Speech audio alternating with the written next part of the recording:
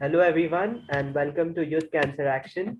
This interview is brought out to us by Youth Cancer Action, which is India's cancer research and charity organization dedicated towards better health of Indian cancer patients and survivors.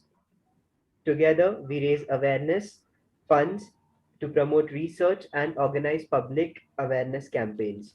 Today, we have the pleasure of having with us India's first CA larynx, that is laryngeal cancer survivor, Mr. Shrenik Shah, popularly known as Shahenshah. It's a pleasure having you, sir. Thank you. Thank you. Thank So, you, Vikrant. So I am Vikrant Gaikwad. I'm a second year MBBS student from Dr. Ullas Patel Medical College and Hospital, Jalgaon, and also working with Youth Cancer Action in order to create awareness regarding cancer among the youth. So, if you don't mind, sir, may I please begin the interview? Yeah, absolutely. And before we start, let me congratulate you and wishing you a huge success in all your medical endeavor from time to time. And maybe in another 5 or 10 years, maybe in an oncology field. And on that time, probably I would love to interview back. Yes, sir. Yes, sir. Thank you very much for that, sir. Am I So, before all right? actually, Let's proceed. yeah, thank you, sir.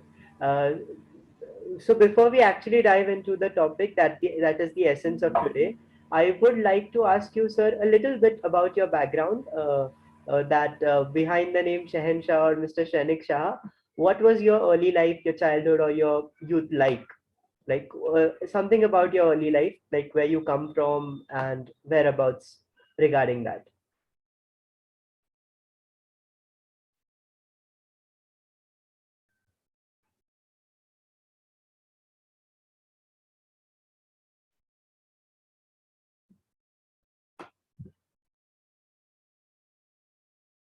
Are you there, sir?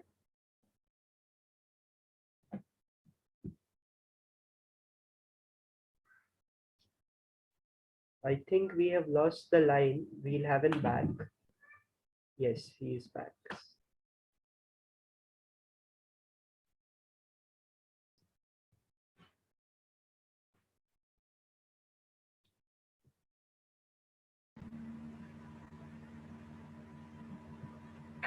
Sorry, I believe there was kind of a internet issue, and I got disconnected. It's All okay, right. sir. It's absolutely all right. I'll ask my question again. So before we actually go on with the questions, I would like to ask you a little bit about your early life, about where do you come from, your childhood, and what was your youth like. Just in short, if you would like to share that with us. Yeah. Most certainly, it will be more than a pleasure. Vikrant, before we start, I would like to dedicate this session to the all caregivers across the world. Without those caregivers, our journey, or rather my journey, or a journey of the cancer patients are incomplete. So I would like to dedicate this session especially to the all caregivers globally. That's number one. And number two, I would love to dedicate this session to the all oncologists and medical specialists or medical professors because over and above being a doctor, they are engineer. The reason is they know the human engineering far better than anyone else. So, in fact, while they are being called MBBS, MD, MCH, and MS, etc., they should be also called BE or ME as well because they are the best in human engineering. Well, that's very true. Especially in a field like oncology, it's about touching lives and saving lives to an another extent. So definitely, they can be awarded all the degrees in the world as a symbol of respect. Yeah, of course, of course. So, all right, now answering your question. Well, I'm from Ahmedabad. Uh, Basically, businessman. I'm into international business for, I would say, for half century, and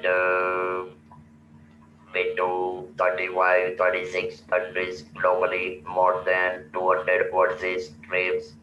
And yes, and I would like to share one important aspect that, when I was studying, I mean, during my primary and secondary school, I was studying Gujarati medium, and you would be surprised that I learned English alphabet, writing alphabet in a four-liner note for the very first time in a 8th standard. So 8th standard till 11th, I studied in Gujarati medium, learned English, and then I did my graduation straight into English medium.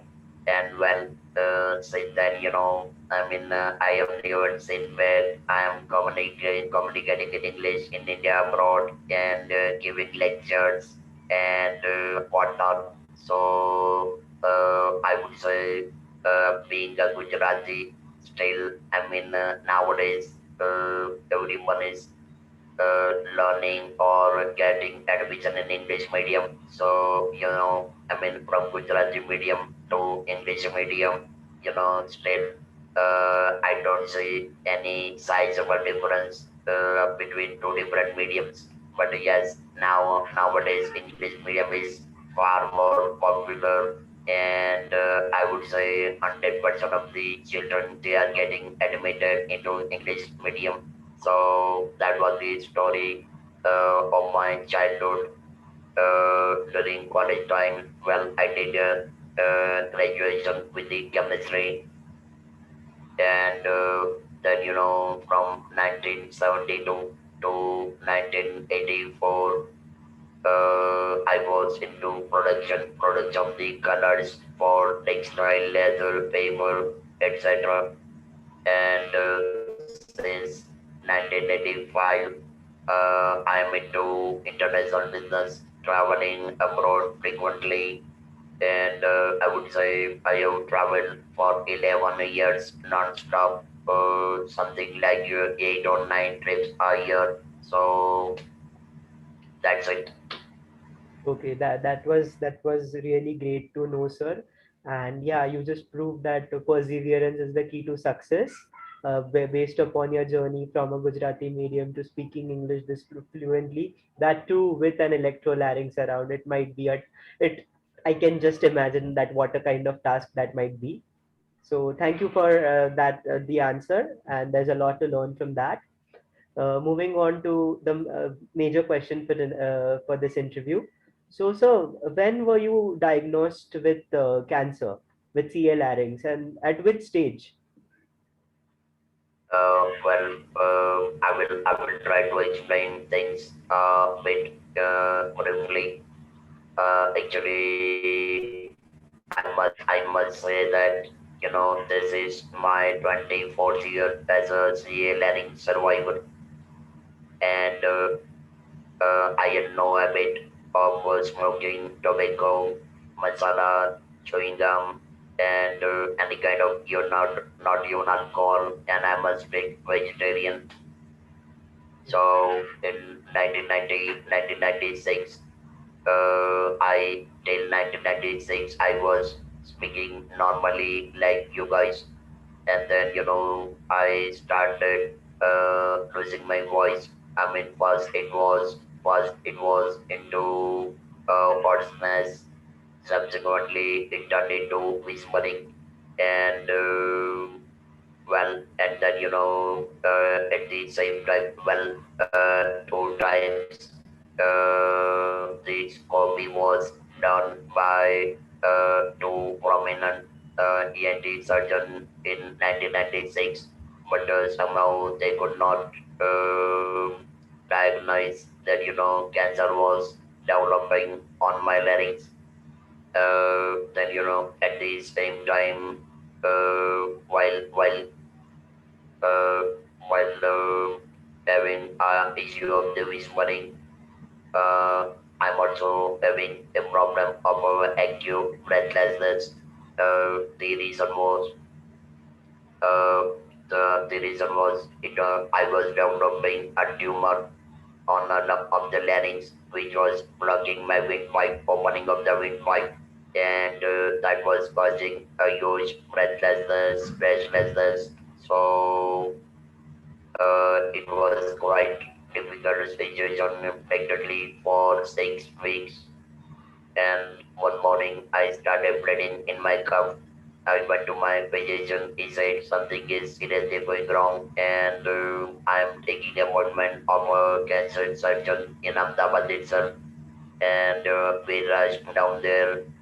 He examined me, and he said, like I am suspecting cancer of your vocal cord, and frankly speaking, you really don't have much of the time to think about or getting the treatment or diagnosis being delayed. So uh, next day I got admitted, and see the best part.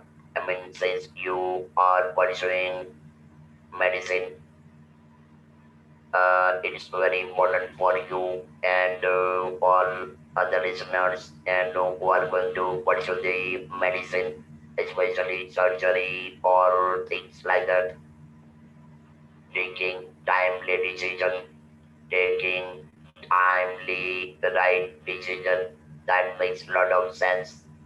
And when he performed laryngoscopy, he realized that tumor was electrically blocking the entire opening of the windpipe. The opening of windpipe was as small as a tip of a pen, and yes, biopsy was done. But at the same time, what he did, I would say, it is a meticulous job. Meticulous job. I'm repeating the word meticulous job. The reason is, if you would not have performed tracheostomy during the laryngoscopy itself, I would have not survived because the tumor was expanding, it was blocking windpipe, and it was practically impossible to breathe. So in first place, he performed tracheostomy. Same time, biopsy was done. 3 days later, the report of biopsy came, and I would say the stage was 4A. 4A, that was, I mean, that was last stage when I got diagnosed with the larynx cancer, and then quite well, laryngectomy was done. A week later, I was released from the hospital, and then I had 30 rounds of radiation, so the entire skin turned black, turned char, and yes, I started slowly and gradually recovering. And 3 months, so that was in September 1997 when I had a massive surgery, and 3 months down the line, that is on December 21st, I was back to work. So that was the cancer part, surgery, treatment, and while I was back to work, this was the period of about 3 months in all. Okay, yeah, I completely second what you say, sir, that timely decisions are to be made in such cases. A stitch in time saves nine, and it's just got proved. Also, this was the last stage that it was diagnosed in. Had it so, sir, do you second my opinion if I say that if it was diagnosed a little earlier when the initial symptoms started appearing, it would have been less troublesome, or it would have saved the uh, saved the day for the larynx? Uh, yes, I think so. But honestly speaking, I really have no regret. The reason is this voice is my unique identity, Of and course, it is, sir. if It is.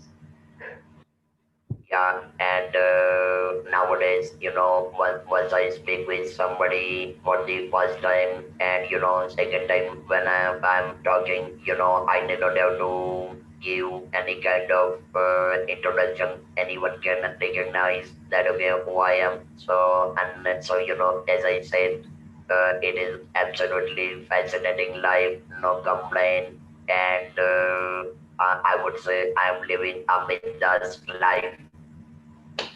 Well, that's really inspiring, sir, that you are so happy with this life which has been given. Of course, after surviving cancer, one must always keep happy with the life that they have got. But sir, looking back in the day, don't you miss the natural voice that you had before this, or No, no. I will explain to you in a different manner. For example, you are having a stream of a very important company. I would not name the name of company, but you are having a stock or a share you're holding in your name, and then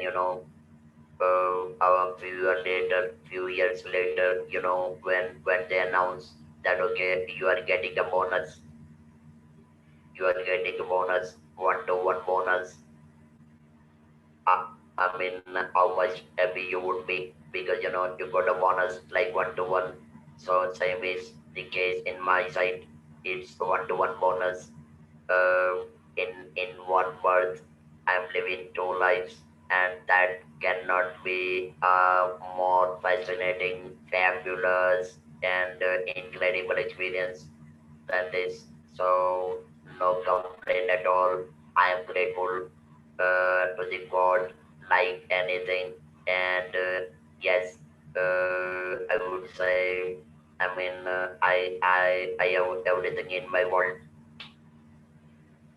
Yes, sir, definitely. That was quite meticulously summed up by you, that how you are happy with this life which has been restored after the cancer. I would just like to ask you that back in the day when you got to know that you have cancer, so that time, what was your reaction? How did you deal with it? Was it something like like hell broke down or something when you just got Zero, to know? zero, no reaction at all. You know, but yeah, let me explain again. Giving you an example, you are having a car and something is gone wrong with the car. What will you do? You will go to the mechanic. You will ask him to settle it, and then you are back to work, or you are back driving the car. Same was the case in my side. I went to the cancer surgeon. He performed his duty. I was back to work in 1997. That's it. And so, say for me, important was survival. For me, important was survival, and it was not the risk or loss of vocal cord or loss of larynx. The reason is what is priority, survival or larynx. For me, my priority was survival because I was survived with my wife, two sons. Both of these sons were 20 and 18 years old. So, and I was the only person earning in the family. So, I had to run my business, I had to run my family, and I have to manage. So, instead of giving up, I have decided that, let me accept the challenge and move on. And, well, rest is the history. Definitely, sir, definitely. So this indeed sums up it to be a completely realistic and practical approach that you had. So yeah, well, not many people are blessed to have that approach, but then yes, you had that approach, and that's the reason why we are sitting and interviewing, carrying out this interview here today. So, sir, I would also like to ask you. What? Yeah, sir. Vikrant, Please, please. let me interrupt for a while. Sure, sure. When I started speaking, this is very important experience I would like to add to. When I started speaking using electronics, these days, speech language therapies SLT or SLV services are available in India and available in the world. When I was treated at that time, SLV or SLT was not available in India or rather at least in Ahmedabad. So I learned practicing speaking with the electronics by standing in front of mirror, and within a week's time I started learning speaking with electronics. The most funny part was when I started speaking in a public places.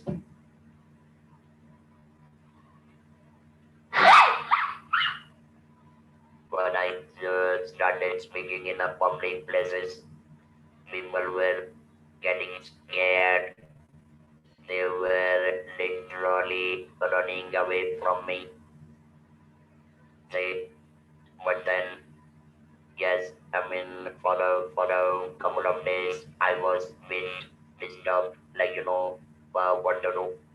But then I realized that if I will start worrying about others, then I cannot live my life, I cannot run my business, I cannot run my family. So once again, as I said earlier, I have again realized my priority, that what I am supposed to do or what am I supposed to do. And I continued speaking in public without any fear. And I have just one thing in my mind, that so far as people can understand me, what I'm speaking, I'm fine. Well, On this. the other end, yeah, Well, th- and yeah, go on, go on. Well, this very experience shares a thought also with us that don't let muggles bring you down. Live in your own magic and embrace the reality, like just like Sir did. And each and every one of the survivors post their treatment due to like any kind of compromise while going through chemotherapy, you lose your hair, but it's something which is reality, and in the end, like one has to deal with it. So, sir, I would like to ask you that, like, as you told me that you were all practical and you were strong enough to deal with it, and you know you had your priorities set. I would like to know about what role did your family play? Like, of course, family support is instrumental and quite pivotal in such situations. So, what role did your family play while you were undergoing your treatment? Well, very, very simple. They stood by me 24 and 7, 24 by 7 all these years. There is no complaint. They have never said, like, I mean, what happened to you, why this happened, no question being asked at all at any point of time. And see, I mean, the one of the biggest drawback when family members are asking, like what we do now, why this, why that, no question asked. And that was the best ever support I had, because they never pushed me. On the contrary, they were, I would say, they have accepted the reality that yes, this is the situation. Now let's see how best we can move forward, and that's it. Well, kudos to them on that, and kudos to you too. Also, sir, you have written this book called your autobiography by the name of Shahenshah. So how did you get to this idea of writing an autobiography? And like, what was it like? What was the feeling like? Yeah, wait a minute. Sure, sure.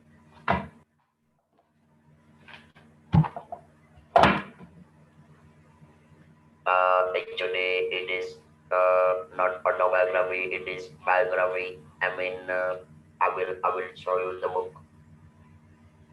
Yes, yes, yes. I'm Can able to you? see it pretty well. Yeah. Yeah. So for this biography, it's again a wonderful story. I'm having a friend in Delhi. I know him for last 3 4 years. Vikrant, the best part is we never met in person, never. We got connected through Facebook and we become friends. We were keeping on talking over phone numerous times. And yes, I believe he's above my age, but we are working on a same platform, same wavelength, and he realized or he got things, or rather I would say, I would humbly say that he inspired with my activities. And then he talked to one of his friend in Delhi that I know a person from Ahmedabad, and he's a cancer survivor and he's doing so much of activities. And if you would like to write, I mean, the man is author. The author is the one friend was is author. So he said like would you like to write his biography? And I got a text that somebody is interested in writing your biography. I said that cannot be a better news than this. So then we had a kind of conference call. This was in February. I mean last year. That means it was the last week of February, or rather first week of March. We three had a conference call. The author himself, again, he is also 35 or so. So initially he was a bit scared, like the way in which I'm speaking. And then we had conversation, say, for about 25 30 minutes over conference call. And then he said that let's have a video conference call. 1 minute.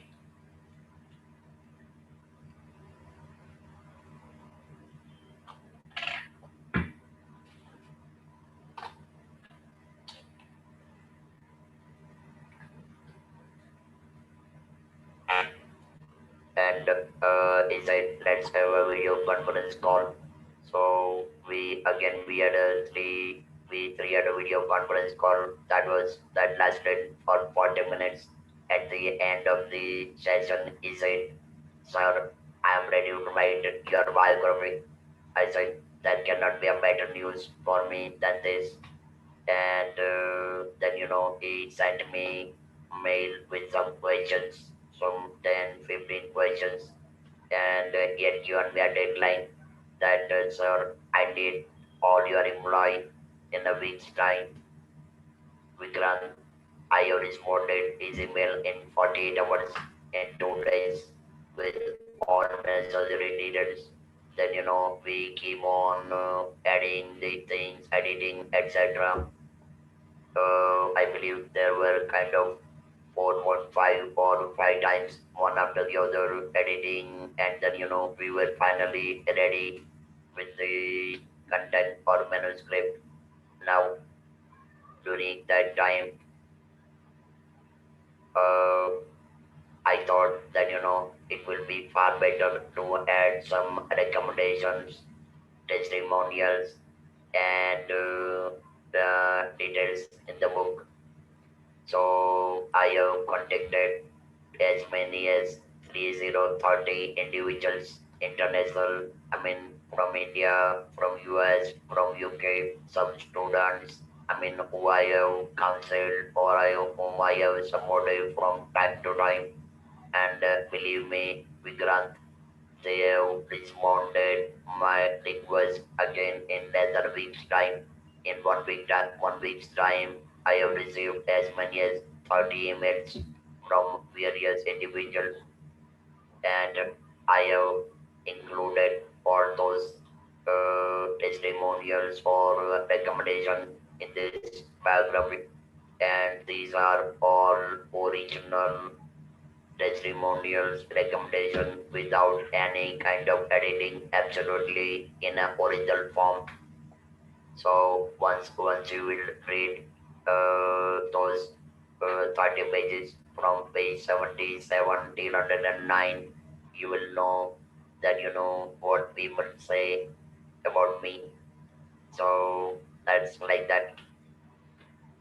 That And is yes, yes, believe me, that was a pandemic time, and we have completed entire project in 6 weeks. Usually, biography is taking pretty long time.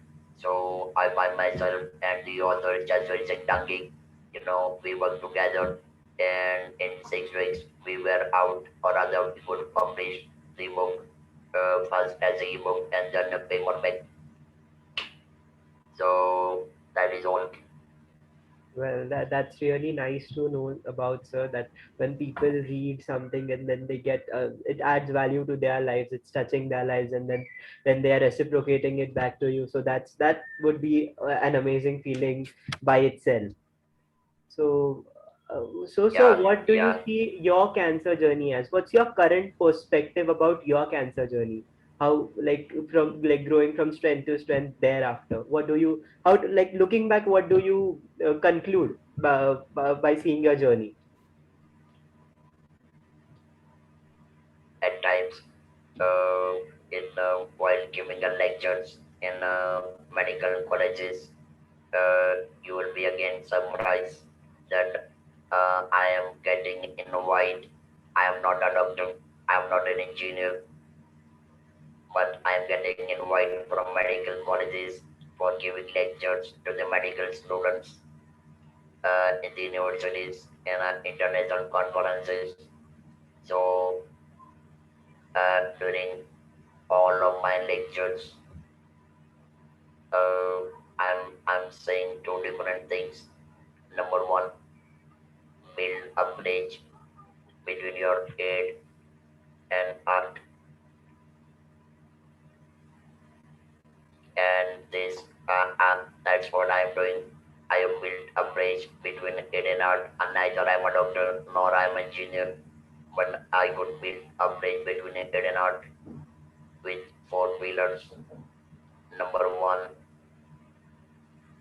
acceptance, what I get. Number two, courage, that I really know the choice, so I have to move on. And number three, confidence, that means I can do it.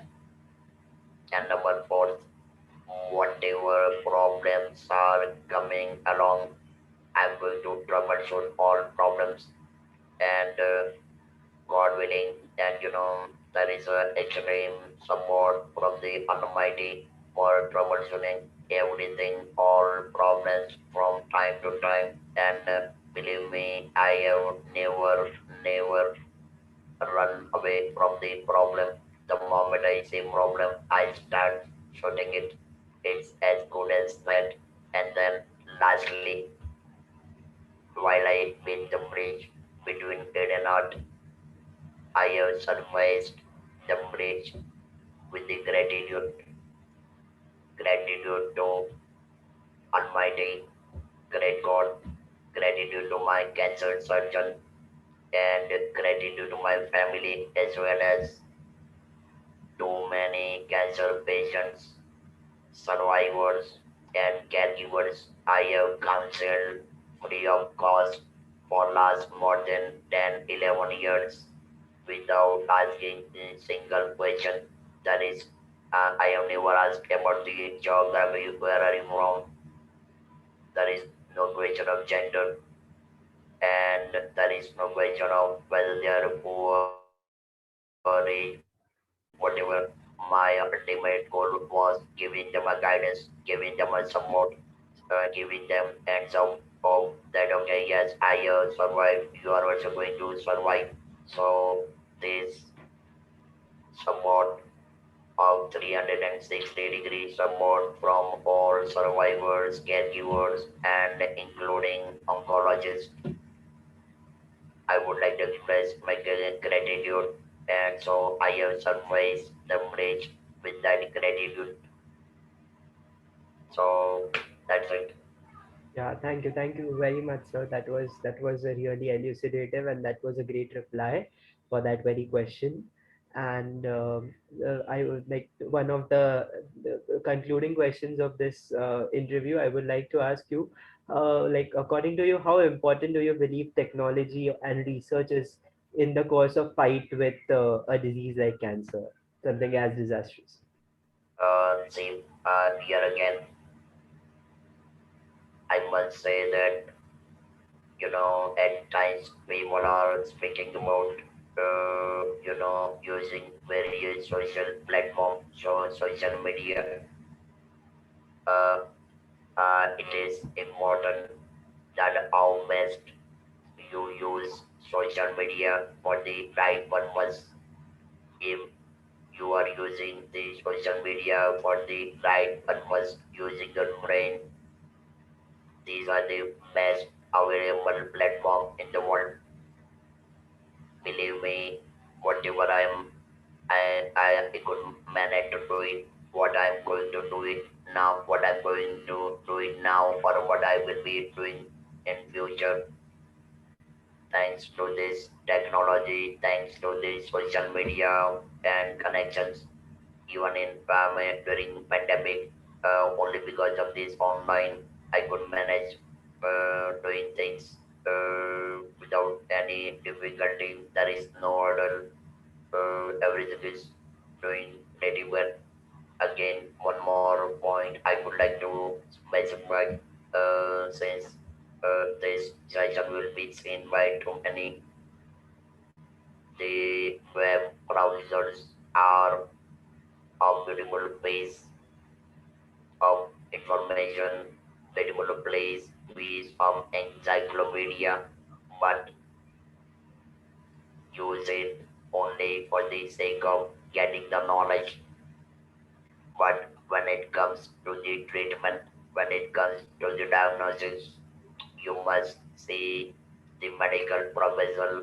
Simply don't rely upon web browsers at any point of time. If something is going wrong in your body, no web browser is going to save your life. So rely upon medical professional treatment, technologies, etc. Again, I would like to add one more point. Fortunately, I could build a kind of good rapport with the too many Indian oncologists and medical professionals. In my opinion, Indian oncologists they are at their best. They are indeed a real human being, absolutely. So, in case of treatment, I don't think that one has to go abroad for the treatment unless you have a fancy that okay I got my treatment done in New York and that's different issue. Otherwise, these oncologists, medical professionals, they are at their best. So and technology, even in case of technology, our country is absolutely at par in case of skill, experience, technology, each and everything. So don't waste money unless you have a fancy of going abroad for the treatment. So these are the stuffs. One more point again I would like to add. Having been associated or rather in context with too many oncologists, I have realized their priorities, and therefore in October last year I have started Facebook Live e-health series. I am inviting super specialists the way in which you are interviewing me. I am interviewing those that the super specialists. It's one-to-one Facebook live interview. We are broadcasting live. There is no recording. Where we are doing it absolutely live. It is simultaneously broadcasted on YouTube and Twitter. We did 15 episodes, more than 22,000 viewership. So that is in my mission. And one more point. my points are new to you, and I believe uh, it's my relentless pursuit to touch millions lives globally, to extend all support in terms of mental health. That's a very, very generous and kind thought, sir. And just as you said, of course, Indian medicine and Indian doctors are par excellence when it comes to skills or anything else. So, of course, people should consider staying back in India and having their treatment. Also, by this, sir, I would like to ask you a final message that you would like to convey to our audience. And if you want to say something about youth cancer action. But the best part is start living in the moment. That should not be a regret about the past, and don't bother about tomorrow, because the switch for tomorrow is not in our hands. The switch is up there, and who are we to mind his business? Let's mind our own business. Let's live the life fully, like anything. And one thing is very certain, that if you want to live a beautiful life, first and foremost step is start loving yourself. If you don't love yourself, you really don't know what exactly the love is. Do you know एक बड़ा बढ़िया song है सिलसिला का, ये कहाँ गए हम यूं ही साथ चलते चलते, अगर आप जर्नी स्टार्ट ही नहीं करोगे तो डेस्टिनेशन कहाँ से आने वाला है। True, true, very true. बराबर ना। और फिर उससे एक स्टेप आगे, कि अगर आप मुंबई में, और अगर आपने क्रीम सेंटर का छोले पूरी चना पूरी अगर नहीं खाया है, तो आप कैसे किसी को रेकमेंड करवाओगे कि व्हाट एग्जैक्टली इट इज। या दिल्ली मौर्य शहरों में ब्लैक दाल और जीरा राइस अगर आपने नहीं खाया है, तो you don't know what exactly the taste is. So life is full of opportunities, and you must rewire, और opportunity कभी आती नहीं है। You have to create the opportunity. You have to create the opportunity. Once you create the opportunity, then उसके पीछे फिर Boeing का engine डालना पड़ता है अपॉर्चुनिटी के पीछे, तब ये ना you will be able to take off. Otherwise you cannot, and then sky is the limit. Thank you. Thank you very much for that message, sir. And by this, we would like to conclude today's interview with Mr. Shrenik Shah. We will have certain more interviews in future. This will be broadcasted as a series. So as I said, this is Youth Cancer Action. Our motives are raising awareness for the quickest impact. We are campaigning to increase awareness among and improve understanding of symptoms among the public and the general practitioners. The sooner the cancer will be diagnosed, the better the chance of survival will be. So the education by itself is vital, and we know it is where we can make the quickest impact by educating people. Next would be funding research for the bigger impact.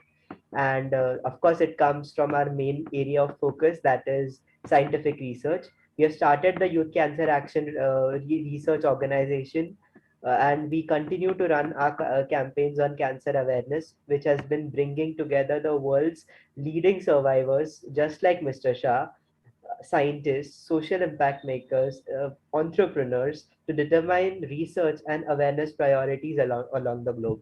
And finally, moving towards the next generation, we are now committed to funding the next generation of research and to accelerating the progress in three main areas: preventing the disease, diagnosing it early, and developing effective personalized treatments. We believe this approach will help more and more Indians in conquering cancers than ever before.